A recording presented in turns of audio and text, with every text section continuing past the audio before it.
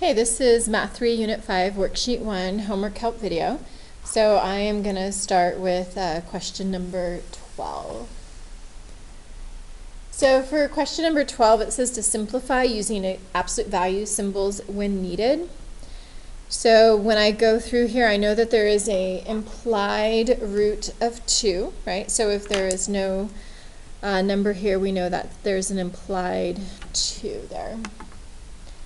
So I'm trying to take the square root. So first I want to check to make sure all my exponents are divisible by the root, which is 2, so I can divide everything by 2.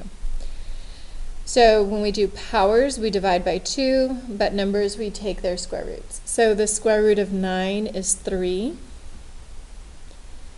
And then I can divide the exponent by 2, so 4 divided by 2 is 2. And then 2 divided by 2 is 1. So all of these are perfect squares. So the square root of 9 is 3, 4 divided by 2 is 2, 2 divided by 2 is 1. And so once I do that, I check to see, do I need absolute values? So I need absolute values whenever I start even and end odd. I have an even root and an even power, and then I ended with an even power. So 2 and 4 are even, 2 is even. So I started even, ended even, so no absolute value needed on the C.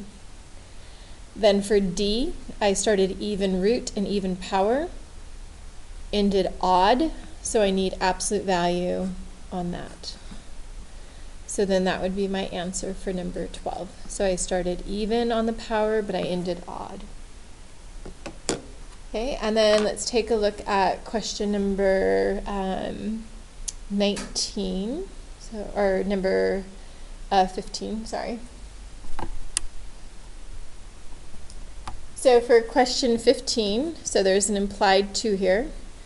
So I do know the square root of 81, but I cannot divide 7 by 2, so I'm going to have to split this one up. And I can do 2 divided by 2. So I'm going to go ahead and pull out that 81 right now. So I have a negative 3x, and I know the square root of 81 is 9, so I'm going to go ahead and take that out. And then for my 7, I'm going to take 1x off, and y squared is okay. So I have 7 x's here. I want to split it off to where I pull 1 off, and that would leave me 6. So I still have 7 x's here. I'm just separating it so I can divide one of them by 2. So all I've done so far is copy the negative 3x. I did the square root of 81, which is 9. I split up my 7 x's to have 6 and 1, and then I left y squared. So this one doesn't divide out, so I'm going to go ahead and circle it so I remember to leave that one there.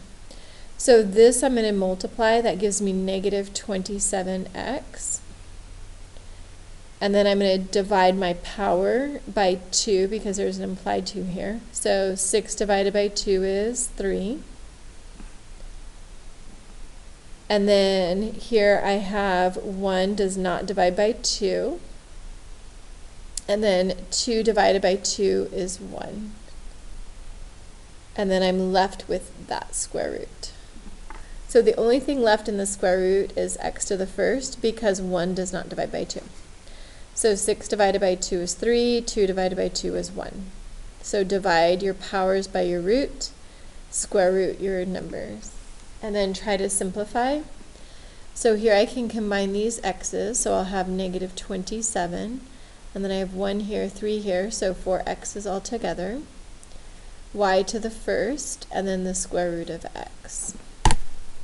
Okay, so I started odd. Now I check for absolute values, so I'm going to go back and check. So I started odd on x, so that means I don't have to worry about absolute value, right? Because I have to start even, end odd. So I have an odd power, so no absolute value. I started even, so even power, even root, and I ended odd. So 2 is an even number, 1 is an odd number, so because I started even and ended odd, I need absolute values around the y.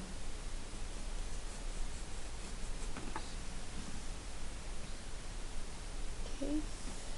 And then let's take a look at number 21.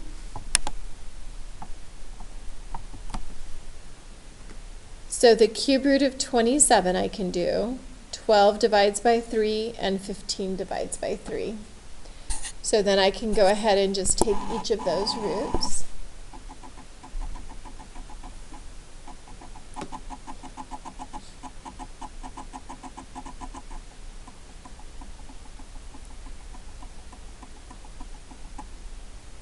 So the cube root of 27 is 3 because 3 times 3 times 3. So that's 9 times 3 is 27, right? So I'm doing cube roots. So the cube root of 27 is 3. 12 divided by 3, so when I'm doing powers, I divide, not root. So 12 divided by 3 is 4. And 15 divided by 3 is 5. And then I don't have to worry about absolute values because I started with an odd root, so automatically I need no absolute value. Okay.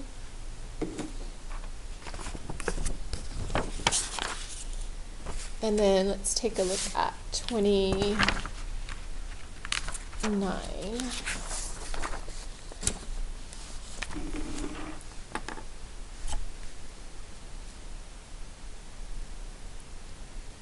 So for cube roots, I do not know the cube root of 54, so I'm going to have to split that up. 6 divides by 3, but 11 does not, so I'm going to have to split up the 11 b's. And then 7 also does not divide by 3.